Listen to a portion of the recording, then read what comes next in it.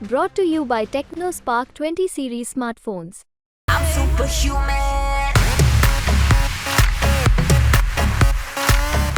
मैं इनमें से किसी की थ्योरी को नहीं मानूंगा और ये कोई आज का आकलन नहीं है। पिछले कई महीनों से जब भी मैं मीडिया से मुखातिब हुआ हूँ, लोगों से बात करी है, तो मेरा मानना है कि बीजेपी को जब उन्होंने जनवरी में पहली बार प्रधानमंत्री ने कहा कि हमें 370 और एनडीए के 400, तब से मैं कह रहा हूँ कि बीजेपी के 370 तो आ ही नहीं सकते। ये तो बिल्कुल नारेबाजी है, अपने कार्यकर्ताओं को के लिए है, लेकिन 370 बीजेपी के अपने से नहीं आ सकते। 2024 का चुनाव करीब 80% पूरा हो चुका है। इस वक्त सत्ता के गलियारों में 3 थ्योरियां हैं। प्रधानमंत्री मोदी एक बार फिर से अब की बार 400 पार हो चुका है, इसका ऐलान कर रहे हैं। अरविंद केजरीवाल, राहुल गांधी जैसे विपक्षी नेता दावा कर रहे हैं कि 4 जून को इंडिया अलायंस की सरकार बनेगी और मोदी जी इस बार आउट टकाटक। और दूसरी तरफ चुनावी विश्लेषक कह रहे हैं कि थोड़ी एंटी इनकम्बेंसी उन्हें नजर आ रही है और बीजेपी हो सकता है कि 272 के जादुई आंकड़े तक पहुंचने में ही स्ट्रगल करे। इस वक्त हकीकत आखिरकार है क्या, ये तो कोई नहीं जानता, लेकिन चर्चा करने के लिए और जानने के लिए कि क्या हो सकता है 4 जून को, इस वक्त हमारे साथ मौजूद हैं राजनीतिक विश्लेषक और देश की राजनीति पर पैनी नजर रखने वाले प्रशांत किशोर। प्रशांत जी, स्वागत है आपका। वेलकम टू इंडिया टुडे आज तक। Thank you. तो ये 3 थ्योरियां हैं। कुछ दिनों तक बीजेपी के नेता 400 पार उस तरह से नहीं बोल रहे थे जितना कि फर्स्ट 2 फेजेस में बोल रहे थे, थोड़ा सा कम हुआ। एक बार फिर से अब 5th फेज के बाद पीएम से लेके सारे बोल रहे कि 400 पार हो गए, अब तो हम हो गए 400 पार। राहुल गांधी, केजरीवाल बोल रहे हैं कि नहीं, हार रही है एनडीए, बीजेपी आउट हो रही है। और कुछ जो लोग घूम रहे हैं यहां, वो कह रहे हैं कि काफी एंटी इनकम्बेंसी दिख रही है, 272 भी नहीं आने वाली। आप इन थ्योरियों में किसको मानते हैं? मैं इनमें से किसी की थ्योरी को नहीं मानूंगा और ये कोई आज का आकलन नहीं है। पिछले कई महीनों से जब भी मैं मीडिया से मुखातिब हुआ हूँ, लोगों से बात करी है, तो मेरा मानना है कि बीजेपी को जब उन्होंने जनवरी में पहली बार प्रधानमंत्री ने कहा कि हमें 370 और एनडीए के 400, तब से मैं कह रहा हूँ कि बीजेपी के 370 तो आ ही नहीं सकते। ये तो बिल्कुल नारेबाजी है, अपने कार्यकर्ताओं को के लिए है, लेकिन 370 बीजेपी के अपने से नहीं आ सकते हैं। एनडीए की सीट कितनी आएगी ये आकलन करना बेमानी है, क्योंकि जो पिछले 5-10 सालों में हम लोगों ने देखा है, जीतने के बाद कौन कहां जाएगा इसका कोई आकलन है नहीं। तो एनडीए के नंबर को बहुत विश्लेषण का कोई आधार और कोई मतलब नहीं है। डेफिनेटली एक चीज तो क्लियर है कि बीजेपी के 370 नहीं आ रहे, लेकिन बीजेपी 270 के नीचे भी नहीं जा रही है, ये भी मोर और लेस क्लियर है। मुझे ऐसा लगता है, मैं बार बार कह रहा हूं कि बीजेपी के नंबर मोर और लेस जो पिछले लोकसभा में, आउटगोइंग लोकसभा में 303 का था, वही नंबर या उससे कुछ बेहतर होगा, उससे खराब नहीं होगा, ऐसा मुझे लगता है। तो आपको लग रहा है कि 300 के पार आने वाली है सीट? बस 303 के इर्द गिर्द रहेगा, मोस्ट लाइकली उससे पॉजिटिव ही रहेगा, उससे बेहतर होगा, उससे खराब होने की संभावना बहुत कम है। आपको क्यों लग रहा है कि 303 से बेहतर ही होगा? क्योंकि जो इसलिए कि देखिए, इसका बहुत सिंपल और बोरिंग सा आंसर, बोरिंग इसलिए कि मैं मतलब anything which is consistent appears to be boring. अब इस बात को मैं पिछले 6 महीने से दोहरा रहा हूं कि ये बड़ा सिंपल गणित है कि बीजेपी के 303 आएंगे कि नहीं। इसको अगर आप समझना चाहते हैं तो सीट और हवा और चैटर सबको किनारे रख दीजिए। पहले ये देखिए कि उनके 303 आए कहां से। 303 में करीब करीब 250 सीट उनके आए हैं नॉर्थ और वेस्ट से। आपको बस ये देखना है कि क्या नॉर्थ या वेस्ट में बीजेपी को मटेरियल डैमेज हो रहा है। मटेरियल डैमेज का मतलब कम से कम 50 से ज्यादा सीटें क्या वो हार रहे हैं। और दूसरा जो देश का हिस्सा है, ईस्ट और साउथ, बिहार, बंगाल, उड़ीसा, तेलंगाना, आंध्र प्रदेश, तमिलनाडु और केरल, इन 225 सीटों में भाजपा के पास अभी इस लोकसभा में करीब 50 सीटें हैं। तो इन 250 सीटों में क्या हो रहा है? इन 225 सीटों में बीजेपी की वोट शेयर और सीट दोनों ही बढ़ रहा है। बंगाल में, उड़ीसा में, असम में, तेलंगाना में, आंध्र प्रदेश में, तमिलनाडु और केरल में। अब किस स्टेट में कितना आएगा इस पर बहस में ना पड़े। क्यूमुलेटिवली ईस्ट और साउथ में बीजेपी की सीटें 15 से 20 से बढ़ रही हैं और vote share across the region बढ़ेगा। और नॉर्थ और वेस्ट में कोई मटेरियल डैमेज है नहीं। तो एक बार को आप जो विपक्षी नैरेटिव है, उसके एनालिस्ट हैं या जो कह रहे हैं कि बीजेपी को 272 नहीं आएगा, जैसे मान लीजिए योगेंद्र जी को ले लीजिए, वो कह रहे हैं 268 आएगा, 268 आएगा, 268 अराउंड आएगा। तो अगर उनके नैरेटिव को भी एक बार मान लिया जाए तो भी वो ये तो कह ही रहे हैं कि सरकार बीजेपी की बन रही है, क्योंकि सरकार बनाने के लिए तो 272 ही चाहिए, 300 या 400 तो चाहिए नहीं। लेकिन अगर उन आंकड़ों को भी आप देखेंगे तो सारा दारोमदार लोग इस पर बैठा रहे हैं कि महाराष्ट्र में बीजेपी को बहुत डैमेज हो रहा है। कुछ लोग बता रहे हैं कि यूपी में भी सीटों का बड़ा नुकसान हो रहा है। तो इन दो बड़े राज्यों को आप देख लें, जस्ट एग्जाम्पल के तौर पर। मान लीजिए कि लोग कह रहे हैं कि जो सबसे ऑप्टिमिस्टिक ऑपोजिशन के नंबर आए हैं महाराष्ट्र से, लोग कह रहे हैं कि हम 20 से 25 सीट जीतेंगे। तो अगर 20 से 25 सीट ऑपोजिशन जीत भी जाता है, मान लीजिए कि जीत गया, तो भी आउटगोइंग लोकसभा में तो बीजेपी के महाराष्ट्र में सिर्फ 23 सीटें हैं। 23 से कम तो तब भी नहीं हुआ, तो बीजेपी का नंबर घटेगा कैसे? कुछ लोग कह रहे हैं यूपी में इस बार नंबर घट रहा है।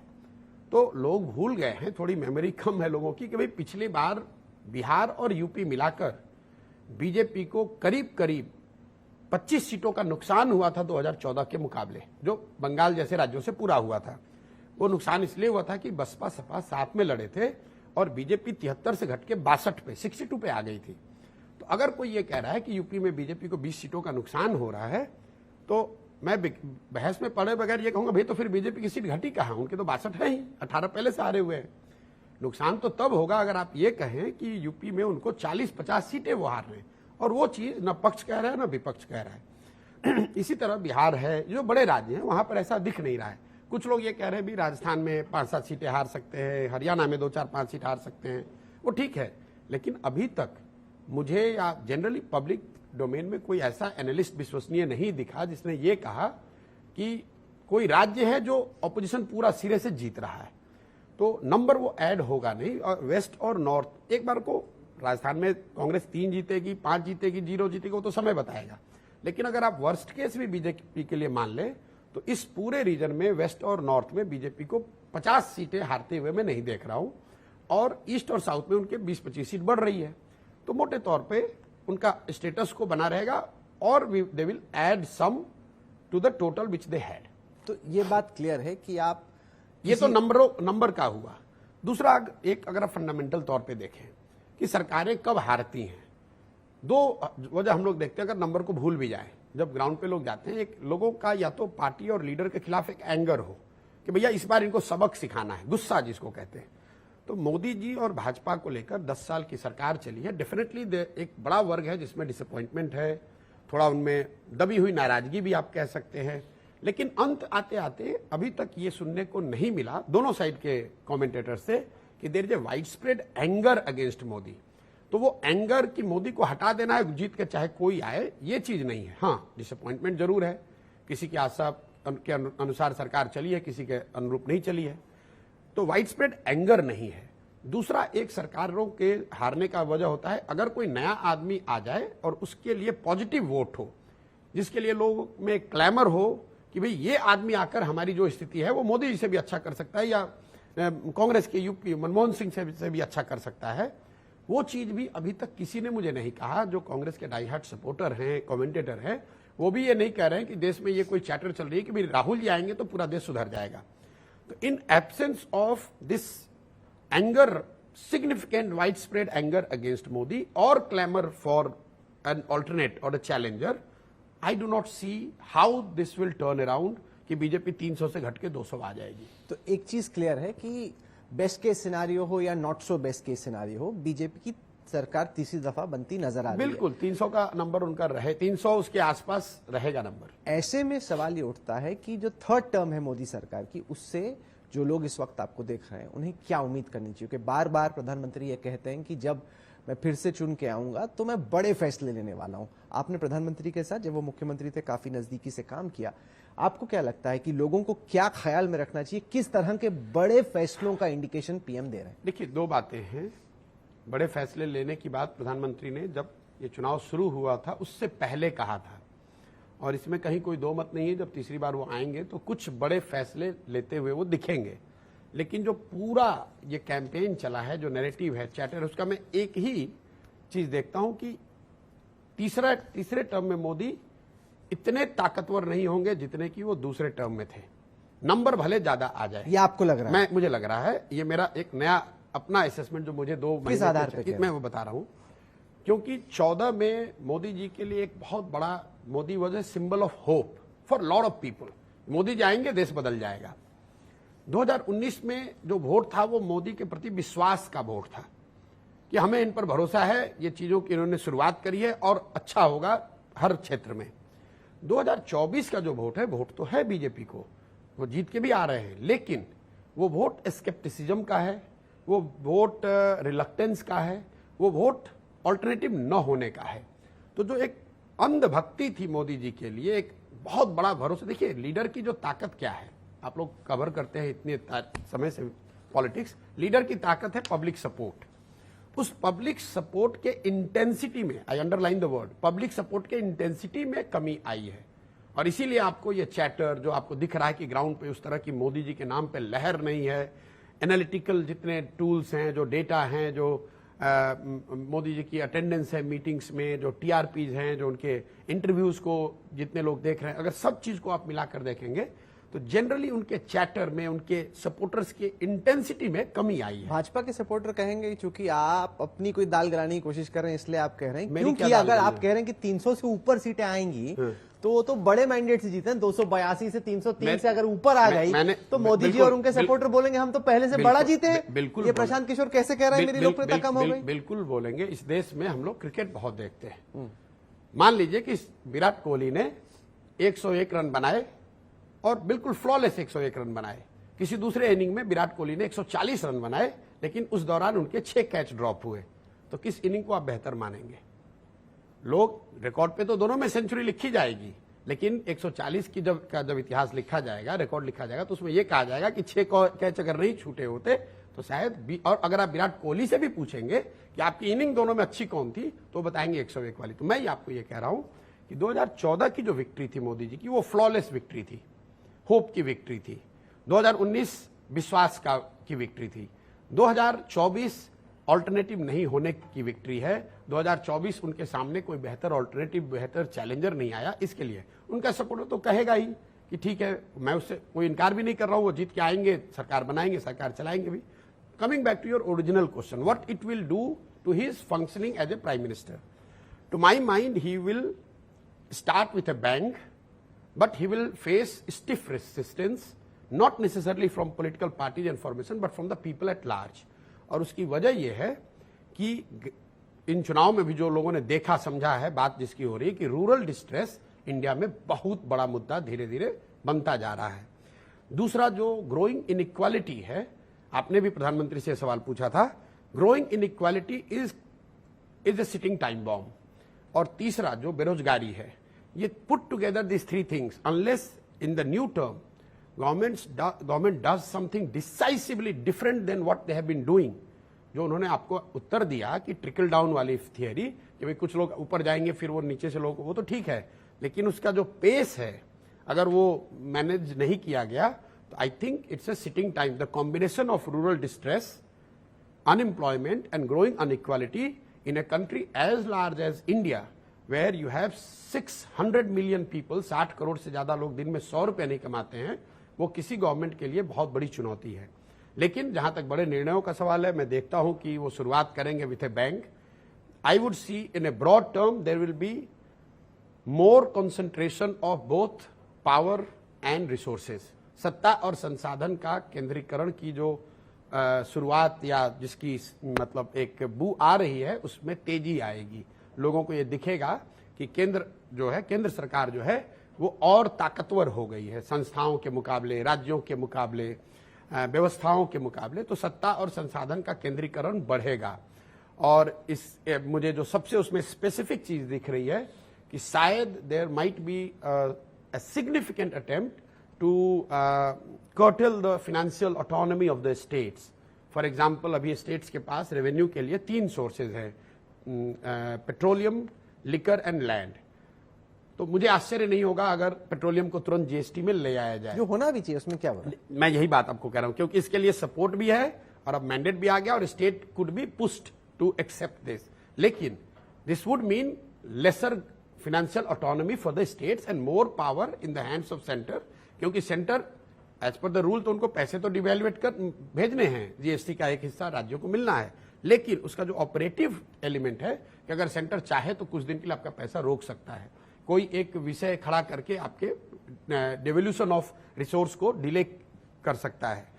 जैसे दूसरा है जो राज्यों के एफआरबीएम नॉर्म्स हैं, उसको मुझे लगता है कि और टाइटली इंप्लीमेंट करने की कोशिश की जाएगी। जैसे आपने तेलंगाना में देखा कि जो ऑफ बजट बोरोइंग स्टेट्स की है, उस पर मुझे लगता है कि तो ये बुरी बात क्या? अगर कोई स्टेट फाइनेंशियली रिस्पॉन्सिबल है ये नहीं और इंडेटेडनेस बढ़ती जा रही है, तो अगर लगाम कसने में, ताकि आप जितनी आपकी कमाई है उस हिसाब से रिस्पॉन्सिबली बिहेव करो। आपने सवाल ये नहीं पूछा कि क्या सही करेंगे क्या गलत करेंगे, आपने पूछा कि बड़े निर्णय क्या लेंगे। मैं ये कह रहा हूं कि सत्ता और संसाधन का केंद्रीकरण होगा और उस दिशा में मैं फाइनेंशियल ऑटोनॉमी जो स्टेट्स की है उसको कम होता हुआ देखता हूं, और जो ये एफआरबीएम जैसे नॉर्म्स हैं उसको बहुत थोड़ा और कड़ाई से लागू। पहले भी ये नॉर्म है, पहले भी वो देश हित में था, लेकिन शायद पहले 2 टर्म में इतना उसको इन्फोर्स नहीं किया जा रहा था, उसको किया जा सकता है। दूसरे जो उनके बड़े निर्णय हैं, यूनिफॉर्म सिविल कोड, सीए जो थोड़ा कंट्रोवर्शियल जिसको आप कह सकते हैं, इन निर्णयों पर भी सरकार बहुत तेजी से बढ़ सकती है। तीसरा मैं समझता हूं कि जो पूरा एंटी करप्शन का जो एक फसाड है, फसाड तो नहीं कहूंगा, मतलब जो एक नैरेटिव कह लीजिए, चैटर कह लीजिए, उसमें भी आपको स्ट्रक्चरल और ऑपरेशनल दोनों स्तर पर चेंज दिख सकता है। जैसे कि पीएम ने हमारे इंटरव्यू में कहा कि ऐसा रास्ता निकालेंगे कि जो करप्ट लोगों से पैसा लिया गया उसको जनता को नहीं, वो बड़ा मुद्दा नहीं है, वो तो ऐसे पब्लिक चैटर के लिए है। बड़ा मुद्दा ये है कि अगर मोदी जी के आप 2014 के भाषणों को देखेंगे तो एक बहुत लंबी चर्चा के बाद उन्होंने और उनकी टीम ने उस समय की तय किया था, और मोदी जी ने हर भाषणों में भी कहा था कि स्पेशल कोर्ट्स बनाए जाएंगे और उसको एक समय सीमा में 1 साल का समय दिया जाएगा कि जो भी करप्ट है, विपक्ष का हो पक्ष का हो, आप भाई जितने भी आरोपी हैं या तो उनका आरोप सिद्ध करो या उनको फ्री करो। उस तरह के स्ट्रक्चरल डिसीजन हो सकते हैं। मैं ये नहीं कह रहा हूं कि होंगे ही होंगे, बट हो सकते हैं। वर्ल्ड लेवल पे, चूंकि this is one aspect of Modi's leadership that has evolve post 2014, उसमें भी आपको इंडिया की असर्टिवनेस जो है वो थोड़ा दिख सकती है। जो हम लोग बाहर के डिप्लोमेट से जब मैं बात करता हूं, जो इंडिया के बाहर के जो लीडर्स हैं, तो 2 बात लोग बता रहे हैं कि इतना aggressive Indian diplomacy to an at some time at the border of being arrogant हम लोगों ने पहले नहीं देखी है। वो सही है गलत है वो अलग मामला है, मैं उन विषयों का विशेषज्ञ नहीं हूं, लेकिन ये चैटर कई डिप्लोमेट्स से आपको सुनने को देश में या देश के बाहर से मिल रहा है। तो उन चीजों पर भी आप देखेंगे कि थोड़ा बड़ा नैरेटिव उस क्षेत्र में बनेगा कि जो फॉरेन कंट्रीज के विज़-वी कंट्री जो अभी आप देख रहे हैं कि कनाडा वाली जो इसका जनता तो उसको पसंद ही कर रही है, ताली बजा रही है। फिर again we are not getting into merit demerit, liking disliking. जनता पसंद करे न करे, मैं ये कह रहा हूं वो काम उसमें मैं तेजी देखता हूं। वो उन चीजों पर ज्यादा प्रोग्रेस दिखेगा या उसमें ज्यादा एफर्ट आपको दिखेगा। जैसे आप सुन रहे हैं कि भाई पाकिस्तान में 20 आतंकवादियों को सो कॉल्ड उनको किसी ने मार दिया, तो इस तरह की जो एग्रेसिव समवॉट जो पहले यहाँ के चैटर में नहीं थी, जो एटलीस्ट पब्लिक डिस्कोर्स का हिस्सा नहीं थी, उन चीजों को हम लोग थोड़ा और सुनेंगे और देखेंगे। अब तक हमने चर्चा की नतीजे की, अब तक हमने चर्चा की कि क्या फैसले हो सकते हैं। अब मैं जानना चाहता हूं आपसे कि विपक्ष का इसके आगे अब क्या होगा। अगर फर्ज कीजिए फिर से बीजेपी की 300 से ऊपर सीटें आ जाती जैसे आप कह रहे हैं, तो फिर भारत के विपक्ष का क्या बचा है, कहां पे है विपक्ष? पहली बात, मैं विपक्ष के बारे में हमेशा कहता रहा हूं और अभी भी मैंने कहा कि बिहार में, देश में विपक्ष कमजोर कभी नहीं है, ना हो सकता है, क्योंकि 60% जनता हमेशा व्यवस्था से नाखुश है या व्यवस्था से उसको शिकायतें हैं या उससे बेहतर एक्सपेक्टेशन है। तो विपक्ष तो होता ही होता है, डिपेंड ये करता है कि जो विपक्षी पार्टियां हैं, फॉर्मेशन है, उसको कितना वो कैपिटलाइज कर पा रही हैं, कितना गैल्वेनाइज कर पा रही है। तो विपक्ष आपको दिखेगा, वो विपक्ष शुरुआती दिनों में कम से कम अगर पार्टियों के फॉर्म में ना दिखे तो वो आपको जनता की ओर से दिखेगा। फिर मैं आपको आंकड़े बता देता हूं। पहले जो 14 से 19 का जो टर्म था मोदी जी का, संख्या 2019 से 24 के मुकाबले कम थी, लेकिन एक सिग्निफिकेंट पब्लिक प्रोटेस्ट एक ही हुआ, वो लैंड एक्विजिशन बिल पर हुआ था। और इसकी चर्चा इतनी चैटर नहीं होती है, लेकिन वो फेसलेस था, पब्लिक का प्रोटेस्ट था और सरकार को 4 बार अध्यादेश सरकार ने रिन्यू किया, लेकिन अल्टीमेटली सरकार को बैक ट्रैक करना पड़ा। पूरे 5 साल में एक public agitation on record of significance. दूसरे टर्म में मोदी जी की ताकत ज्यादा रही है, संख्या ज्यादा रही है, लेकिन 3 बड़े पब्लिक प्रोटेस्ट हुए और तीनों में सरकार को झुकना पड़ा। फार्मर्स प्रोटेस्ट में तीनों लॉ को वापस लेना पड़ा, CA/NRC को 4 साल तक एबेंस में रखा हुआ था, अभी लेकर आए हैं, और SC/ST एक्ट पर भी जो एजिटेशन शुरू हुआ, 7-10 दिन के अंदर सरकार को झुकना पड़ा।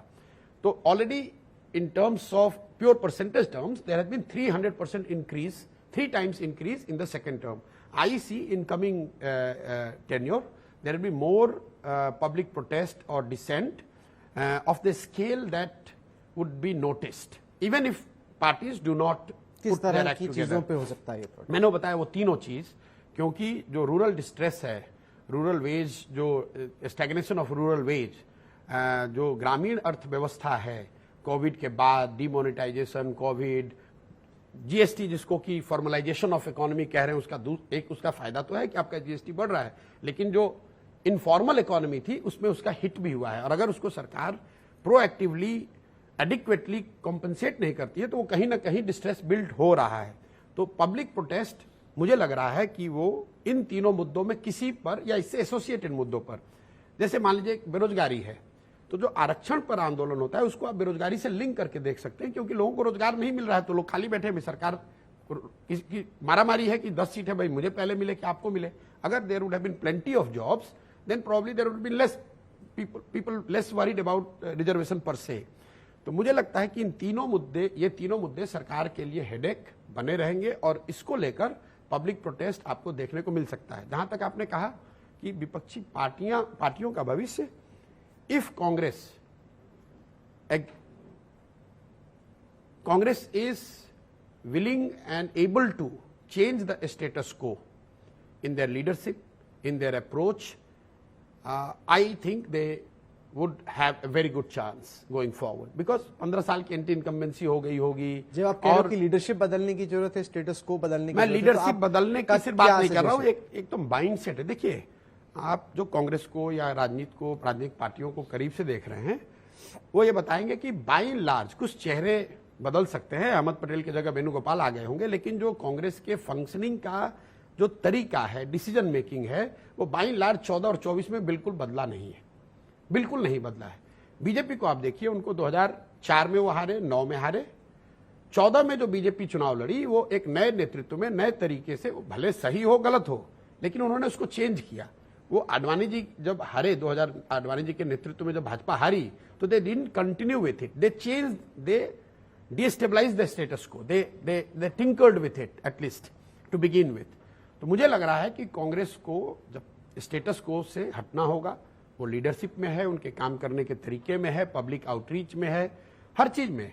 स्टेटस को से अगर नहीं हटेंगे तो सिर्फ आप चाहे किसी ए को बनाइए, बी को बनाइए, उससे कोई फर्क नहीं पड़ने वाला। लेकिन if they do that, they would put a formidable challenge, they could put formidable challenge to Modi ji. आपने लीडरशिप की because you have to see it in conjunction with internal weakness of BJP, which I have been telling, मतलब लोग पूछते रहते हैं BJP की क्या कमजोरी है, तो इन 10-12 सालों में जो बीजेपी की एक कमजोरी जो बढ़ती ही जा रही है एक तरीके से, जो कि उनकी सबसे बड़ी ताकत है, the over dependence of Narendra Modi.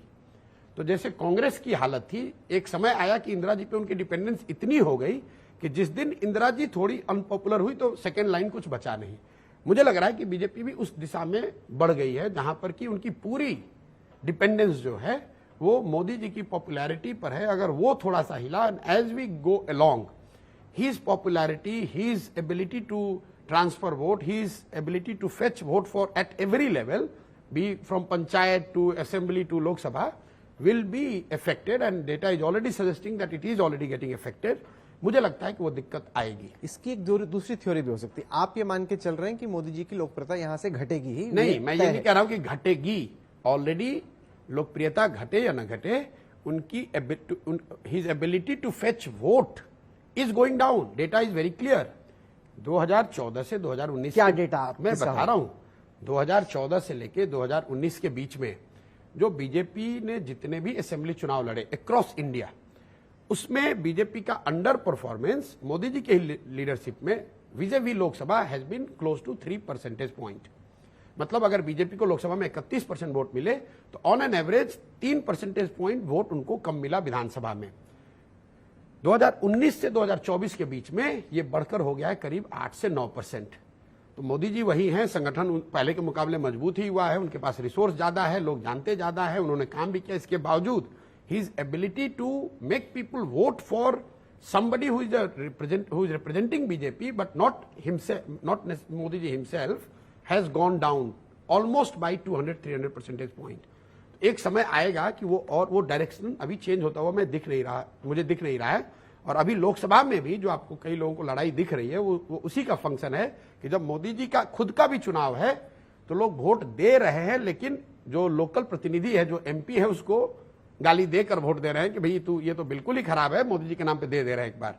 तो ये कोई विशफुल थिंकिंग नहीं है। Hard data is out there which is showing that his ability to fetch vote for his party, for his leaders is going down over last 10 years. इस पे एक और सोच भी है। पिछले 5 साल में जो अर्थव्यवस्था को लेकर दुनिया भर में उथल पुथल थी वो एक्सेप्शनल थी। वंस इन 100 years पैंडेमिक आया, रशिया यूक्रेन की लड़ाई हो गई, इसराइल ईरान में टेंशन्स चल रहे हैं, डिमोनेटाइजेशन हुआ, GST हुआ।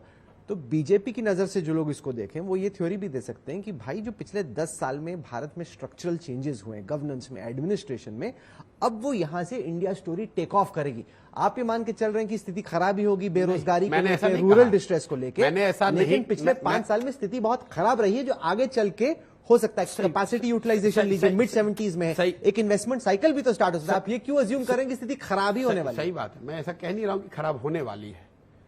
मैं ये कह रहा हूं कि अभी जो स्थिति है, अगर इसमें कोई ड्रामेटिक इंटरवेंशन नहीं होता है तो ये स्थिति आपको पॉलिटिकल रिपरकशन उसका दिखेगा। तो मैं उल्टा सवाल पूछता, आपने पूछा, आपने कहा कि भाई पिछले 5 साल में कोविड हो गया, ये तो once in a century thing थे, फिर हमेशा तो होगा नहीं, 2 साल मेरे इसमें बर्बाद हो गए। तो भाई इस तरह के एक्सटर्नल फैक्टर पर तो किसी का कंट्रोल है नहीं। Who are we too say कि 2 साल में कोई दूसरा पेंडेमिक ना होगा? Who are we too say कि there will be no other war? नहीं, अगर नहीं हुआ तो स्थिति बेहतर भी हो सकती है। ये कह नहीं सकते हैं ना, पीछे टर्बुलेंस था, देखिए आगे खुला आसमान भी तो हो सकता है। फिर अगर खुला आसमान होगा भी, आप उस आधार पर तो प्रेडिक्शन कर नहीं सकते हैं, अननोन्स के आधार पे। आप आगे की प्लानिंग, आगे के बारे में असेसमेंट तो जो आपके हाथ में है उसके आधार पर कर सकते हैं। मैं ये कह रहा हूं कि पिछले 10 साल के कुछ अच्छे कामों, बहुत सारे अच्छे कामों के बावजूद, जैसे मोदी जी की पॉपुलर सपोर्ट क्यों है? लोग ऐसा जेन्युइनली मानते हैं कि देश में सुरक्षा की स्थिति सुधरी है, अच्छी हुई है। लोग ऐसा जेन्युइनली मानते हैं कि विदेशों में भारत की छवि सुधरी है, सुधरी हो ना सुधरी हो, लेकिन लोग ऐसा मानते हैं। लोग 370 को एक बहुत बड़ा नेशन के लिटरली रीयूनिफिकेशन के तौर पर देखते हैं कि भारत का एक तरह से एक भाग उसको जोड़ लिया गया। एक जेन्युइन मोदी जी को सपोर्ट इस बात के लिए है कि टॉप लेवल पे विजिबल करप्शन कम हुआ है। एक जेन्युइन सपोर्ट इस बात के लिए को लेकर है कि भाई लोगों को 5 किलो अनाज मिल रहा है। ये पक्ष विपक्ष की बात नहीं है। ऑब्जेक्टिवली अगर देखें तो ये 6-7 चीजें और हैं, this is not an exhaustive list, but broadly ये 5-6 चीजें हैं जिसकी वजह से मोदी जी के लिए पॉजिटिव सपोर्ट है। लेकिन इक्वली जो लोग उनके विरोध में हैं वो मुख्यतः मुझे लगता है वो 4 वजह से हैं। एक जो बड़ा वर्ग है जो समझता है कि यार ये हिंदू मुस्लिम वाला डिवाइड, समाज को डिवाइड करके रूल करते हैं या वोट लेते हैं, उसके लिए एक जेन्युइन जो लोग डिसैटिस्फाइड हैं या उनके अपोजिशन में खड़े वो उस वजह से हैं। दूसरे वो लोग उनके विरोध में खड़े हैं जो मानते हैं कि ये इनकी सरकार में गरीबों का उतना चिंता, गरीबों की चिंता नहीं हो रही है, वेलफेयर तो हो रहा है लेकिन इनइक्वालिटी बढ़ रही है, अमीर अमीर होते जा रहे हैं, गरीब पीछे छूटता जा रहा है। तीसरे वो लोग हैं जो कह रहे हैं कि भाई ग्रामीण जो जनता है जो दिल्ली के चमक और चौंध से थोड़ी दूर है उसकी चिंता नहीं हो रही है, वो आदमी तो पीछे छूटता जा रहा है। और चौथा जो बेरोजगार जो युवा है कि भाई रोजगार के अवसर कम होते जा रहे हैं। इन 4 जो वास्तविक कंडीशन है अगर आप उसको इग्नोर करेंगे तो आपको परेशानी आएगी। मैं ये नहीं कह रहा हूं को इग्नोर करेंगे, मैं ये बता रहा हूं कि ये 4 जैसे आपको 5 में आपके सपोर्ट के पॉइंट गिनवा रहा हूं, वैसे ये 4-5 आपके रियल डिसेंट के इशू भी हैं, उसको आप अंडर द कारपेट बहुत समय तक नहीं रख सकते हैं। Now it all both issues ये तराजू पे एक तरह से दोनों साइड हैं। कभी अभी आपका सपोर्ट ज्यादा है तो ये रहेगा, लेकिन इसका मतलब ये नहीं कि दूसरा पलड़ा हमेशा नीचे रहेगा। तो अगर विपक्ष के पलड़े को ऊपर आना है तो क्या आप बार बार कह रहे हैं कि कांग्रेस में लीडरशिप का स्टेटस को चेंज होना चाहिए? नहीं, उनके फंक्शनिंग का, उनके स्ट्रक्चर का, उनके प्रयासों में स्टेटस को से उनको अलग हटना चाहिए। जो अभी तक वो 15 साल करते रहे, देखिए सुधार होगा कब? जब तक आप मानेंगे नहीं कि आप में कोई कमी है, आप सुधार करेंगे कैसे? स्टेटस को क्या दिखाता है? ये मेंटल इग्नोरेंस दिखाता है, या तो आपका इग्नोरेंस का नतीजा है, या आपके मेंटल लेजीनेस का, इंटेलेक्चुअल लेजीनेस का नतीजा है, या फिर एरोगेंस है। कि भाई हम मान रहे हैं कि हम तो सही हैं, पब्लिक को नहीं समझ में आ रहा है। यही तो तीन चीज हो सकती है, या तो आप इग्नोर्ड हैं कि आपको पता ही नहीं चल रहा है क्या आपके करना है। हिसाब से क्या है इसमें? मुझे लग रहा है it's a combination of all three. नहीं। It's a combination of Congress not necessarily understanding कि लोग क्यों नहीं वोट दे रहे हैं। दूसरा लेजीनेस, कि उनको कुछ मालूम भी है कि किस वजह से नहीं दे रहे हैं, लेकिन उसको सुधारने के लिए जितना एफर्ट कर रहे हैं वो एफर्ट या वो विल नहीं उनके पास। और तीसरा कि कहीं ना कहीं उनको ये एरोगेंस भी है कि उनको लगता है कि अगर पब्लिक वोट नहीं दे रही है तो आज नहीं तो कल उनको धक्का लगेगा, वो उनको समझ में आएगा, तब आकर हमको चुन लेंगे। सो until and unless Congress gets rid of, first accepts that there is a problem and gets rid of this combination of ignorance, laziness and arrogance, मुझे लग रहा है कि वो बहुत बड़ा चेंज नहीं आने वाला। राहुल गांधी का राजनीतिक भविष्य आप क्या देखते हैं? क्योंकि दो थ्योरी हैं। राहुल गांधी के इर्द गिर्द जो इस वक्त के सलाहकार हैं वो मानते हैं कि नतीजा जब आएगा, अगर मोदी जी जीतते हैं तो ये साबित हो जाएगा कि कांग्रेस पार्टी को राहुल की लीडरशिप की जरूरत है। वो कहते हैं कि जब राहुल कांग्रेस के प्रेसिडेंट थे तभी 3 हिंदी हार्टलैंड में हम जीते और उसके बाद 2019 में उन्होंने इस्तीफा दे दिया पद से। तो वो तो सोच रहे हैं कि इसके बाद ब्रिंग राहुल बैक, ये क्लैमर और बढ़ने वाला है। देखिए, जब पार्टी आपकी है, आपके परिवार की है, तो पार्टी हारे या जीते, जब तक आप चाहें तब तक आप बने रहेंगे और आपको उस तरह के सलाहकार कोई ना कोई पॉइंट निकालकर उस डिसीजन को जस्टिफाई करने के लिए उसके पक्ष में देते रहेंगे। अगर आप अखिलेश यादव हैं तो आपको 2014 में भी 5 सीट आया, 2 विधानसभा आप हारे, 2019 में भी 5 सीट आया, इस बार भी अगर मान लो सफलता नहीं मिलेगी, लेकिन समाजवादी पार्टी के लोग ये तो कहेंगे नहीं कि अखिलेश यादव को हटा किसी दूसरे को बना दो। तेजस्वी यादव को अगर 0 सीट भी आया, जनता दल के इतिहास में लालू जी के पार्टी में पहली बार उनको बिहार में 0 MP आए, तो भी लोग तो यही कह रहे हैं भाई तेजस्वी ही भविष्य है। तो कांग्रेस के लोग क्या कह रहे हैं इसका कोई बहुत महत्व नहीं है, खासकर जो कांग्रेस के मतलब राहुल गांधी के जो इर्द गिर्द लोग हैं। सच्चाई क्या है? 2014 का चुनाव राहुल गांधी, उनकी टीम, उनके सलाहकार, उनके नेतृत्व में लड़ा गया। भले उस समय मनमोहन सिंह जी थे, सोनिया जी थे, चला तो कांग्रेस राहुल जी ही थे। 2019 में तो खुद ही वो प्रेसिडेंट थे, उन्होंने नैरेटिव सेट किया, उनके CWC के लोगों ने उनको सपोर्ट किया, नहीं किया, लीडर ने किया कि नहीं किया वो अलग बात है, लेकिन नेतृत्व तो उन्हीं के पास था। और इस बार भी खड़गे जी भले ही हो, लेकिन मुझे तो नहीं लगता है कि कोई कांग्रेस में ऐसा मटेरियल डिसीजन हुआ हो जो राहुल जी के सहमति के बगैर हुआ हो, चाहे वो दिखा कुछ भी दे। सच्चाई ये है और सबको मालूम है। आप इसको झुटलाना चाहते हैं तो फिर वही मेरी पहली बात पे आ गए कि आप जब मान ही नहीं रहे कि प्रॉब्लम है तो तब सुधार होगा क्या? तो जब आप 3 चुनाव अपने नेतृत्व में, अपने रणनीति पे, अपने टीम के साथ लड़े और उसमें सफलता किसी वजह से नहीं मिली, तो मुझे ऐसा लगता है कि morally, ethically, strategically and tactically also you should just take a break. मैंने ये बात PTI के एक इंटरव्यू में कही और बड़ा ह्यू एंड क्राई हुआ कि मैं कह रहा हूं राहुल गांधी संन्यास ले ले। मैं ये नहीं कह रहा हूं राहुल गांधी संन्यास ले ले, मैं ये कह रहा हूं कि दुनिया भर के हिस्टोरिकल जो एग्जाम्पल्स हैं, जब आपको लगातार सेटबैक हो रहा है आपके सारे प्रयासों के बावजूद, तो there is no harm in taking a step back, think, let somebody else run. कौन हो सकता है ये समझ? अब मुझे नहीं मालूम है, आप बताइए, आप तो देखते हैं अभी जो उनकी करंट टीम है उसमें कप्तान कौन हो सकता है?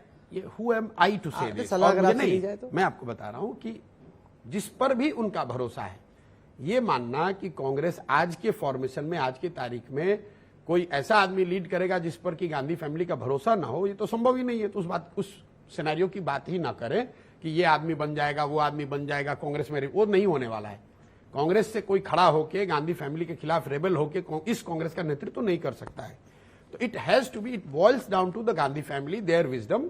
जैसे सोनिया जी ने कभी किसी जमाने में कहा कि I am taking a step back, let Narasimha Rao run the show. वो अच्छा किया, खराब किया, बाद में जब उनको जरूरत हुई वो वापस भी आई। I think again strategically, morally, tactically Rahul ji को अगर नतीजे उनके हिसाब से नहीं आते हैं तो जबरदस्ती का, जिसको कहते हैं ना धूल में रस्सी बनाना, वो ना करें। आप take a step back, let somebody whoever you trust lead the Congress for couple of years. होगा। आपको लगता है कि प्रियंका गांधी वाड्रा राहुल गांधी से बेहतर कांग्रेस अध्यक्ष बनेंगे? मैं इतना जानता हूं कि whoever comes who breaks the status quo will get the better result, there is no two way about it. क्योंकि 10-15 साल की एक एंटी इनकम्बेंसी बन गई है। अब जरूरत इस बात की है कि कांग्रेस अपने आप को सुधारे, वो स्टेटस को ब्रेक करे, और जो लोग कांग्रेस के समर्थक हैं, जो राहुल जी के समर्थक हैं सही में, उनको भी हाथ जोड़ के ये कहना चाहिए कि सर आप 2 साल 3 साल ब्रेक ले लें, 2 साल ब्रेक ले लें, कहीं जाने की जरूरत नहीं है, late somebody else run it. अगर कांग्रेस बेहतर करने लगती है तो भी आप आ सकते हो। मान लो कि 2 साल के आपके उस चेंज के बाद कोई असर नहीं होता, फिर भी आप वापस आ सकते हो। क्या प्रियंका गांधी वाड्रा ये काम कर सकती है? नहीं, कोई भी कर सकता है भाई, उनका भरोसा तो उनके लोगों पर ही होगा। अब राहुल गांधी, बच रहे हैं मेरे से। नहीं, मैं आपको सीधे बता रहा हूं, राहुल कनवल को तो प्रेसिडेंट बनाएंगे नहीं, वो तो उन्हीं लोगों को बनाएंगे जिन में से किसी, अगर वो डिसाइड करते भी हैं कि किसी को बनाना है तो उन्हीं को बनाएंगे जिन पर उन लोगों का भरोसा है। जैसे 19 में उन्होंने इस्तीफा दिया। Again I always look back what has happened. 19 में राहुल जी ने इस्तीफा दिया, उनको प्रशांत किशोर की एडवाइस क्या जरूरत है, उन्होंने खुद ही इस्तीफा दिया 19 में। देने के बाद क्या हुआ, उनकी माताजी कांग्रेस की इंटरिम प्रेसिडेंट रही 3 साल। तो भाई इसमें कोई नुकसान नहीं है कि जिन मूल्यों की का हवाला देकर आप 19 में इस्तीफा दिए थे, उन्हीं मूल्यों को ध्यान में रखकर या अपने पार्टी के, देश के भविष्य के लिए आप किसी दूसरे को 1-2 साल चलाने का मौका दें। अगर अच्छी स्थिति हुई तो भी आप लीडर हैं, और अगर स्थिति अच्छी नहीं हुई तो you can always come back and rescue Congress. नहीं, क्या प्रियंका गांधी ये काम कर सकती हैं? आप सवाल का जवाब नहीं दे, समझ भी रहे हो फिर बच रहे हो। नहीं, मैं समझने और भाई who am I to say कि भाई वो प्रियंका गांधी को बनाना चाहिए कि सोनिया जी को बनाना चाहिए कि किसी नन गांधी को बनाना चाहिए, ये निर्णय पार्टी का होना चाहिए। हु एम आई, लेकिन मैं ये कह रहा हूं किसी दूसरे को बनाना चाहिए। आपकी लंबी बातचीत हुई थी कांग्रेस के नेताओं से, गांधी परिवार से, कांग्रेस में जुड़कर काम करने के लिए, तब बातचीत फेल रही। अगर नहीं, बातचीत फेल नहीं रही। 2024 के चुनाव के बाद एक बार फिर से रिश्ता बन सकता है क्या? नहीं, देखिए, मैंने तो जब बंगाल के चुनाव के बाद 1.5 साल तक मेरी उनसे लंबी चर्चा कई स्तरों पर चली। उसका एक कल्मिनेशन मीडिया ने देखा, जिसमें 5-7 दिन कांग्रेस के, गांधी परिवार और 10-15 लीडर्स के साथ बैठकर हम लोगों ने बिंदुवार इस बात की चर्चा करी कि क्या करने से कांग्रेस की स्थिति अगले 5-10 साल में सुधर सकती है। सहमति भी बनी, वार्ता कोई फेल नहीं हुई। उसको वो इम्प्लीमेंट करने के लिए वो जो मुझे उन्होंने जिम्मेवारी दी और उसके लिए जो स्ट्रक्चर बनाया, उसका नाम उन्होंने दिया EAG, एम्पावर्ड एक्शन ग्रुप, कि हम एक एम्पावर्ड एक्शन ग्रुप बनाएंगे, आप उसमें शामिल हो जाइए और आप ये जो प्रोग्राम बता रहे हैं इसको हम लोग मिलकर करेंगे। मुझे उस समय ऐसा लगा और मेरा असेसमेंट था कि भाई इससे तो ये होगा नहीं, और उसकी वजह मैंने उनको ये बताई कि कांग्रेस के संविधान में, कॉन्स्टिट्यूशन में ऐसा EAG का कोई प्रोविजन है नहीं। कांग्रेस के संविधान में कांग्रेस पार्लियामेंट्री पार्टी का प्रोविजन है, उन पार्लियामेंट्री बोर्ड का प्रोविजन है, CWC का प्रोविजन है। तो अगर आप कांग्रेस में जिस तरह के प्लान की चर्चा हम लोग के साथ की गई थी, जो एग्रीमेंट हुआ था, वो तो कांग्रेस में स्ट्रक्चरल आमूलचूल परिवर्तन की बात थी। उतना बड़ा आमूलचूल परिवर्तन कोई एग्जीक्यूटिव बॉडी जो कि साइड में एडवाइजरी बॉडी की तरह काम कर रही, वो तो कर ही नहीं पाएगी। तो इसलिए मैंने मना कर दिया। मना करके मैं अपना काम कर रहा हूं। उन्होंने EAG बनाई। EAG कांग्रेस में आज बनी हुई है उसी मीटिंग के आधार पर। किसी को नहीं पता है कि वो EAG क्या कर रही है। तो with the benefit of hindsight I can say कि what I predicted that time कि भाई इस तरह की बॉडी कांग्रेस में कोई आमूलचूल परिवर्तन नहीं ला सकती है, मोर और लेस वो सही साबित हुआ। लेकिन अगर कांग्रेस उन चीजों को लागू करना चाहे, अपने आप को रीइनकार्नेट करना चाहे, तो उसको किसी प्रशांत किशोर की जरूरत नहीं है। उनको मालूम है क्या करना है, उनको करने के लिए विल चाहिए। जवाब दीजिए ना, आपको अगर फिर से ऑफर मिलता है, आप इंटरेस्टेड हैं कि नहीं? बिल्कुल नहीं। ऐसे आप बोल रहे हैं, पर्दे के पीछे बात कर रहे होंगे आप। क्यों बात करेंगे?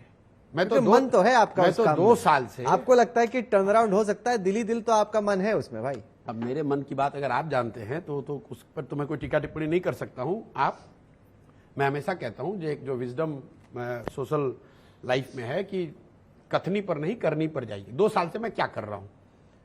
2 साल से मैं बिहार के गांव-गांव में घूम रहा हूं।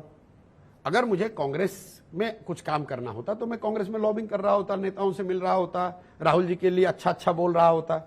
वो सब तो मैं कर नहीं रहा हूं। मैं अपना काम, मैंने जीवन के अपने 10 साल अब तय कर लिया है और उसके 2 साल मैंने बिहार में बिता दिए। तो मैं अब उससे पीछे हटने वाला हूं। 8 साल बचे हैं, मिनिमम 8 साल बचे हुए। मैंने अपना तय किया हुआ है कि मेरे अब जीवन का जो मीडियम टर्म गोल है वो ये है कि बिहार में मुझे व्यवस्था बदलनी है, बिहार को सुधारना है। बाकी कांग्रेस का क्या होता है, जन स्वराज आपका प्लेटफॉर्म है, क्योंकि हम लोग काफी चर्चा करते हैं, उसमें क्या आपको दम दिखता है कि वो बिहार की राजनीति को बदल सकता है? क्योंकि नीतीश कुमार की राजनीति के युग का खत्म हो रहा है, ये तो किसी को भी नजर आता है। लेकिन वहां पर लोगों से अगर आप चर्चा करें तो उनको तेजस्वी में एक नया युवा चेहरा दिखता है, जो कि नौकरियों की बात कर रहा है, बेरोजगारी की बात कर रहा है। तो आप उसमें कहां फिट बैठेंगे? अगर वहां पे एंटी इनकम्बेंसी है भी जेडीयू के खिलाफ, बीजेपी के खिलाफ, तो आरजेडी क्या जाएगी कि आपके पास आएगी? चलिए ठीक है, तो आप मेरे से यहां बैठाकर पूरे देश की राजनीति की चर्चा कर रहे हैं और आप दर्शकों को बता रहे हैं कि भैया ये बहुत शार्प इनका माइंड है, इनको पॉलिटिकल समझ है, ये वो। तो मुझे आंध्र की समझ है, मुझे केरला की समझ है, मुझे बंगाल की समझ है, लेकिन मुझे अपने राज्य जहां मैं हर दिन सालों भर सुबह शाम तक रह रहा हूं, आपके अनुसार मुझे बिहार की समझ नहीं है। तो ठीक है, आपकी बात मान लेता हूं। मैं ये नहीं कह रहा हूं। हाँ। एक मिनट, आप भैया 1.5 साल बाकी है, हाथ कंगन को आरसी क्या, पढ़े लिखे को फारसी क्या। मैं प्रयास कर रहा हूं, 25 में वहां चुनाव होगा तो आपको दिख जाएंगे नहीं, नतीजे। वो इसलिए ना क्योंकि आपने क्रिकेट का जिक्र किया, तो अगर मैं क्रिकेट का ही एग्जांपल दूं तो कोच रणनीति बनाता है, कप्तान बैटिंग करता है। सवाल यह है कि प्रशांत किशोर स्ट्रेटेजिस्ट और कोच अच्छे हैं, नॉन प्लेइंग कोच अच्छे हैं, या खेल भी सकते हैं, रन भी बना ठीक सकते बात है। ये सवाल जो है कि भाई ये तो रणनीति बनाते थे, ये पॉलिटिशियन कैसे बन जाएंगे। अब जितने लोग सक्सेसफुल पॉलिटिशियन हैं, वो पॉलिटिशियन बनने से पहले कुछ तो करते थे। कोई वकील था, कोई डॉक्टर था, कोई सामाजिक कार्यकर्ता था, कोई बिजनेसमैन था। तो अगर कोई बिजनेसमैन पॉलिटिशियन बन सकता है, अगर कोई आरएसएस का प्रचारक बिजनेसमैन पॉलिटिशियन बन सकता है, अगर कोई वकील पॉलिटिशियन बन सकता है, तो चुनाव की समझ रखने वाला, चुनाव लड़ाने वाला क्यों नहीं पॉलिटिशियन बन सकता? ये बता दीजिए लॉजिक। आपने अपने हिसाब से मुझे कोच बना दिया, अब कह रहे ये प्लेयर बनेंगे कैसे? अरे भाई, हम कोच थे कहां? हम तो जैसे दूसरे प्रोफेशन है उस तरह से राजनीतिक सहयोगी के तौर पर आपने कहीं काम किया।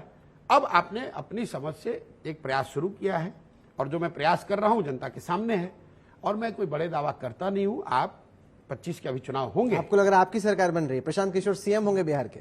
प्रशांत किशोर तो अभी कोई दल बनाए नहीं है, ना हमने अपने आप को सीएम का चेहरा घोषित किया है, लेकिन मैं आपको कैमरे पे अभी कह रहा हूं। और एक बार आपसे मेरी इस पर पूरी खिचपिच हुई थी कलकत्ता में, जब मैंने कहा था कि बिहार बंगाल में बीजेपी को 100 नहीं आएगा। आप मित्र हैं तो आपने कहा था प्रशांत जी ये बात मत कहो, बीजेपी के ट्रोल आपको दौड़ा दौड़ा के मारेंगे, छोड़ेंगे नहीं, क्योंकि इनको 100 से नीचे तो नहीं आएगा।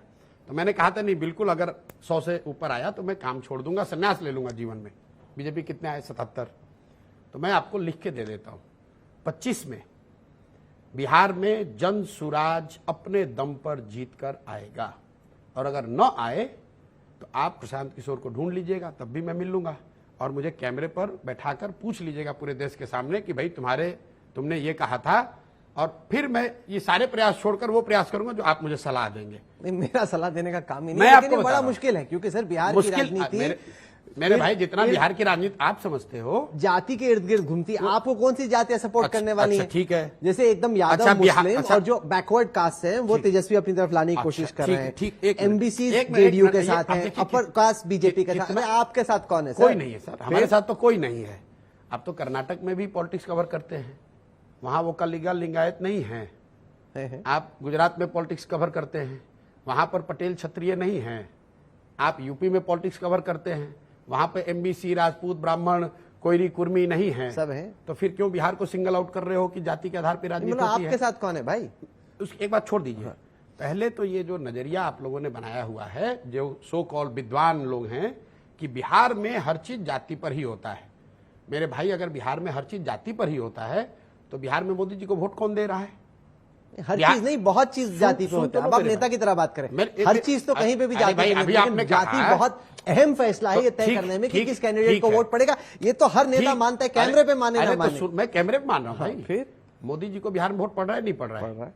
मोदी जी की जाति कितने लोग रहते हैं बिहार में? नहीं, बहुत कम। बहुत कम नहीं रहते हैं। उन्होंने अपने आप को ओबीसी नेता के तौर पर अच्छा, बैकवर्ड तो अगर उन्होंने अपने आप को एक विकास पुरुष के तौर पर, हिंदुत्व लीडर के तौर पर बनाया है, और उनके जो कैंडिडेट लड़ रहे हैं उसके जरिए वो समाज के जातीय समीकरण को साधते हैं, यही तो कहोगे आप। तो ऐसा तो होगा नहीं कि जनसुराज में 243 में प्रशांत किशोर ही लड़ेंगे। आप तो अगड़ी जमात से आते हो ना। अरे भाई, हम अगड़ी से आए, पिछड़े से आए। फिर 243 सीटों पर प्रशांत किशोर तो लड़ेंगे नहीं, तो हम भी बिहार के समाज के ही लोगों को लड़ाएंगे। और आप ये कैसे जानते हैं कि जनसुराज का चेहरा कौन होगा, अगड़ा होगा कि पिछड़ा होगा? आप ये कैसे जानते हो? अरे आप इतनी मेहनत दूसरे के लिए थोड़ी करें, चेहरा तो आप ही होंगे, अगर होंगे भी तो। इससे ज्यादा मेहनत मैंने बंगाल में करी है। आपको कैसे आप मालूम? बोल रहे किसी और को चेहरा बना अरे दें? आपको ये कैसे मालूम है? मैं आपको एक चीज ही कह सकता हूं। आप अगर आप मेरे से बोले कैसे आप कह रहे हो बीजेपी के 100 से कम आएंगे, मैं आपको ये कह रहा हूं 100 से कम आएंगे। मैं आपको कह रहा हूं जनसुराज 2025 में बिहार में जीत कर आएगा।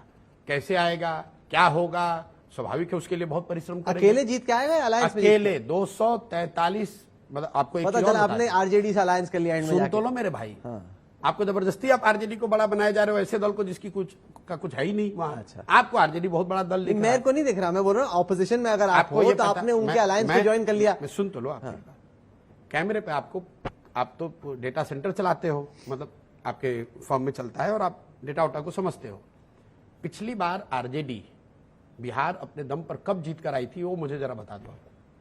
पिछली बार आरजेडी, आज से 35 साल में आरजेडी बिहार नहीं जीत कर आई है, और आप कह रहे हो कि उनके अलावा किसी की कोई जगह ही नहीं है।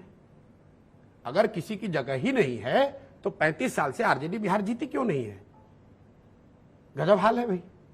आप लोग मतलब मानने को तैयार ही नहीं है। बेसिकली कह रहे हैं कि कांग्रेस में अगर वापस जाने का आपका कोई इरादा नहीं, आप अपना बिहार में ही मैं राजनीतिक दल आपको चलाते हैं। दो चीजें लिख के दे देता हूं, अगर उससे आगे पीछे हो तो आप मुझे तुरंत बुलाकर पब्लिक के सामने नंगा कीजिएगा। जन सुराज 243 सीटों पर चुनाव लड़ेगा, 242 नहीं, बिहार में, और पूर्ण बहुमत से जीतकर जन सुराज वहां पर अगले विधानसभा में नहीं आया तो नहीं आया तो आप मुझे जो कहेंगे मैं वो करने को तैयार। क्या करने को तैयार? बता दो अभी सामने, क्योंकि रहेगा जो, वीडियो। जो कहो आप कहो भाई, बिहार की ओर देखना नहीं, मैं देखूंगा नहीं। आप मुझे नहीं, क्योंकि एक जो आपके क्रिटिक्स हैं प्रशांत, वो कहेंगे कि आपका अहंकार बहुत है, कि मेरा आपका अहंकार बहुत arrogance। है, ठीक है। तो वो कहते हैं कि इस तरह का आदमी पर्दे के पीछे तो रह सकता है, लेकिन जब वो आगे जाता है, मैं आपको बता अरे दूं अभी तक तो लोग ये कह रहे हैं कि इस आदमी का अहंकार इतना है कि ये पर्दे के पीछे रह ही नहीं सकता है। अब आप कह रहे हैं कि ये पर्दे, इसका अहंकार इतना है कि पर्दे के पीछे रह सकता है, सामने नहीं रह सकता है। तो पहले आप अपना तय कर लो कि कहना क्या चाहते हैं। मेरा सवाल आपसे ये है कि जितने लोगों के साथ आपने काम किया, कहीं ना कहीं आपसे उनका रिश्ता बिगड़ जाता है। आप नीतीश कुमार के बहुत नजदीक थे, मुझे तो नीतीश कुमार से आपका रिश्ता बिगड़ तो गया। लोग ये एक्यूज कर रहे हैं, आप मेरे टाइमलाइन पे आ जाइए, कि ये तो मोदी का एजेंट है। आप कह रहे हैं कि मेरा मोदी से रिश्ता बिगड़ गया, और पब्लिक कह रही है कि मेरे मोदी से रिश्ते बहुत अच्छे हैं। आप कह रहे हैं कि मेरा नीतीश से रिश्ता बिगड़ गया। मैं जानता हूं कि नीतीश से मेरा क्या रिलेशन है, लेकिन व्यक्तिगत रिलेशन होना एक बात है, और राजनीतिक सामाजिक मुद्दे पर नेसेसरली मैं उनका फ्लैग बियरर हो जाऊं, ये अलग बात है। मेरा नीतीश जी से बहुत अच्छा संबंध है, मैं उनके साथ उनके घर में, हाँ बिल्कुल आज भी उनसे मेरा व्यक्तिगत क्या दिक्कत है? कोई दिक्कत नहीं है। आप मुझे ये बताइए, पूरे बिहार में जितने नेता भी हैं, कोई अगर ये कह सकता हो जो नीतीश कुमार के साथ उनके घर में 2 बरस तक एक साथ रहता था, एक साथ उठना, एक साथ खाना, जब हम लोग एक परिवार के नहीं हैं, इसके बावजूद अगर मैं नीतीश कुमार का आज विरोध कर रहा हूं तो वो विरोध व्यक्तिगत नहीं है, वो विरोध बिहार के विषय को लेकर है। संभव है वो अपने हिसाब से ठीक कर रहे हैं, मुझे लगता है कि वो जो कर रहे हैं उससे बिहार का फायदा नहीं हो रहा है, तो इसमें कोई अहंकार की बात नहीं है। नहीं, क्योंकि सिर्फ नीतीश का मामला नहीं है। आपने 5 साल पहले जगन रेड्डी का कैंपेन चलाया जी, और उनको आपने कामयाबी भी दिलाई जी। चलो इतना तो मान रहे हो, और इतना तो आप मान रहे हो, उन्होंने भी एफर्ट किया, उन्होंने भी पदयात्रा में काफी एफर्ट किया, आपने भी स्ट्रेटेजी बनाई। अब आप में और उनमें 36 का आंकड़ा हो गया। अरे सर, बाप बाप कर रहे हैं वहां पे सब लोग, एकदम आपसे परेशान हैं, क्योंकि आप टीडीपी से जाके मुलाकात कर रहे हैं। आप लोग को अब आप एकदम ही उल्टे हो गए। नहीं सुनो, ऐसा है ना मेरे भाई, आपको ये मानना ही नहीं है। हमने बंगाल चुनाव के बाद कहा कि हमने इस काम को छोड़ दिया, तो आप लोग कह रहे हैं ये तो कह रहे हैं कैसे छोड़ेंगे, तो ये बिजनेसमैन आदमी है, राजनीतिक रणनीतिकार है। 2 मई 2021 के बाद से अगर मैं आईपैक के किसी भी ऑफिस में एक बार मैंने पैर भी रखा है तो आप मुझे बता दो। आईपैक के किसी मामले में मैंने हस्तक्षेप किया हो वो बता दो। मैं अपना काम बिहार में कर रहा हूं। अब आंध्र प्रदेश को लेकर, जैसे आप पूरे देश के बारे में मेरे से पूछ रहे हैं, आपने किसी ने पत्रकार ने मुझे आंध्र के बारे में पूछा, तो मैंने उनको अपना असेसमेंट बताया कि जगन मोहन रेड्डी बुरी तरीके से हार रहे हैं। जगन मोहन रेड्डी ने प्रशांत किशोर के बारे में कुछ नहीं कहा, उन्होंने ये कहा, जो मैंने वीडियो देखा, कि प्रशांत डजंट मैटर, हमें इससे बड़ी जीत मिलेगी। तो इसमें क्या 36 का आंकड़ा भी उनका राइट है?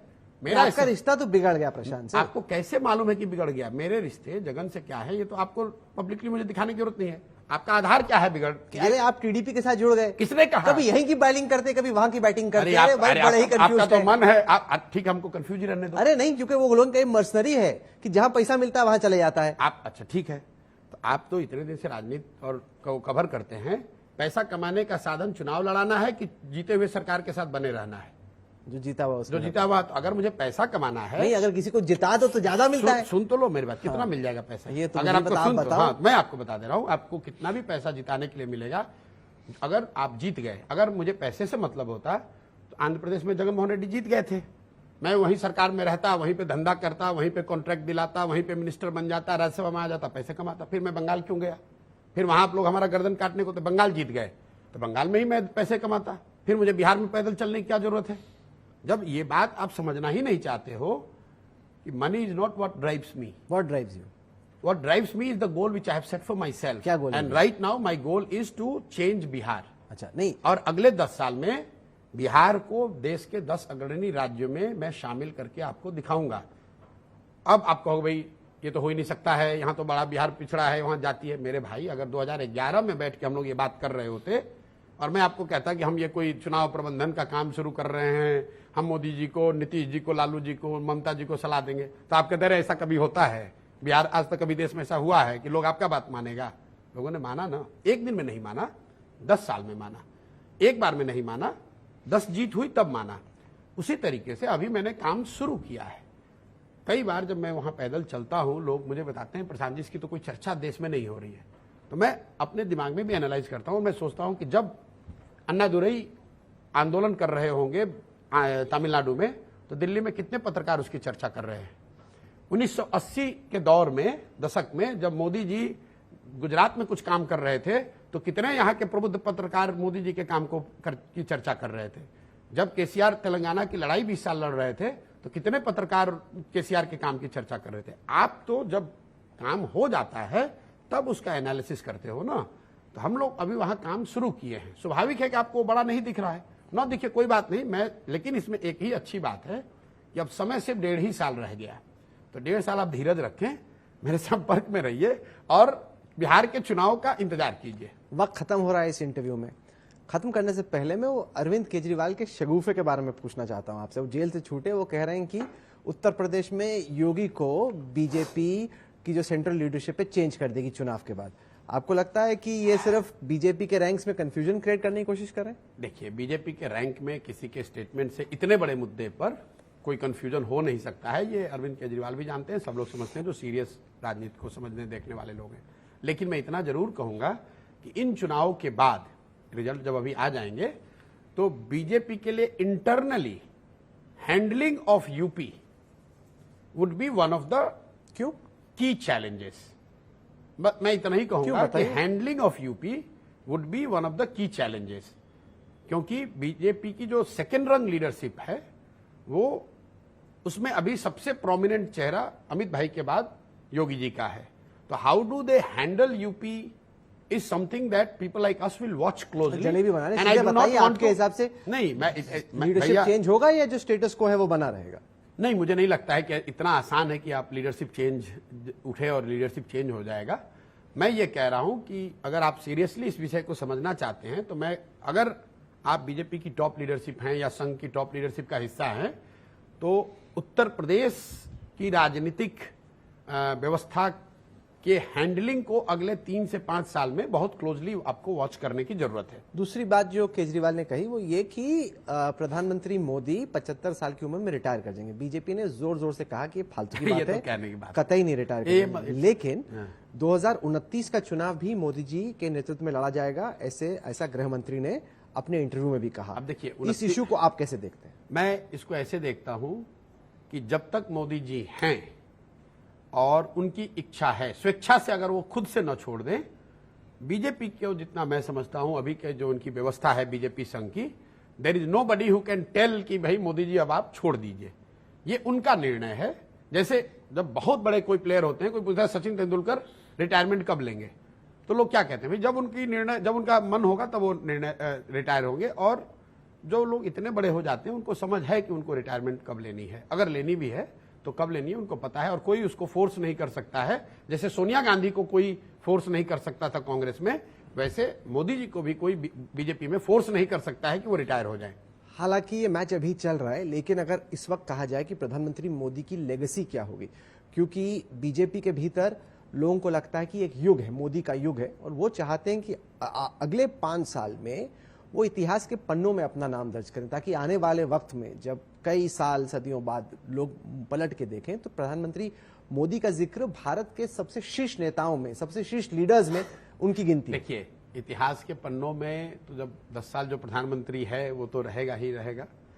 इतिहास उसको कैसे जज करेगा वो ना आपके हाथ में है, ना मोदी जी के हाथ में है, ना इतिहासकारों के हाथ में है। जब नेहरू जी की लेगेसी बन रही थी, नेहरू जी जब प्रधानमंत्री रहे होंगे, तब इतिहासकारों ने उनको एक नजरिए से देखा, प्रेजेंट किया। 40-50 साल जब उनकी लेगेसी आगे चलती गई, उनके समर्थक ही देश में रहे, उस लेगेसी को मानने वाले लोग रहे, तो उस लेगेसी को और बल मिला। आज एक समय आया जब उनके लेगेसी या उनके विचारधारा के विपरीत विचारधारा वाले सत्ता में आ गए हैं, तो वही नेहरू जी की लेगेसी को, वही इतिहास नए तरीके से रीडिफाइन करने की कोशिश कर रहा है। तो मोदी जी की लेगेसी इतिहास कैसे लिखेगा, उसको जज करेगा, वो तो आने वाली पीढ़ियां ही बता सकती हैं, कोई बता नहीं सकता है। और ये स्टैटिक नहीं है। दुनिया का मानव इतिहास हम लोग को बताता है, वो चाहे लेनिन हो, मार्क्स हो, लिंकन हो, बाबा साहब हो, नेहरू हो, गांधी हो, ये लेगेसी जो लोग बनाते हैं, वो लेगेसी लिखी जाएगी, उसको एनालाइज किया जाएगा, कभी वो मजबूत दिखेगी, कभी उसको चैलेंज किया जाएगा, क्योंकि भगवान तो कोई है नहीं। सबकी लेगेसी में कुछ ना कुछ कमी होगी, सब में कुछ ना कुछ अच्छाई होगी, इसीलिए वो लेगेसी है। तो उसको हम लोग को भविष्य के लिए छोड़ देना चाहिए और ये गेस नहीं करना चाहिए कि वो देश के या इतिहासकारों की नजर में किस रैंक पर आएंगे। किसी जमाने में इंदिरा जी से बड़ा कोई लीडर नहीं इतिहासकारों की नजर में रहा होगा, आज शायद उनमें से कई इतिहास कह रहे हैं कि मोदी जी की लेगेसी उनसे बड़ी हो गई। तो ये तो समय और काल के हिसाब से बढ़ता घटता रहता है, इस पर बहुत ज्यादा चिंता करने की बात नहीं है। एक line we should borrow from the great wise man our former prime minister Manmohan Singh ji, कि इतिहास will have its own way to judge myself, and he used to say कि इतिहास the history will judge me more fairly। तो मुझे लग रहा है कि मोदी जी को भी history will judge it more fairly and objectively। We will read and the future generations will read and assess and make up their mind। चलिए, आपका काम है मैच खेलना, हमारा काम है कमेंट्री करना। तो आप खेलिए अपना मैच और हमारी कमेंट्री चलती रहेगी। आपने हमारे लिए वक्त निकाला प्रशांत किशोर, बहुत बहुत शुक्रिया। बहुत बहुत थैंक यू।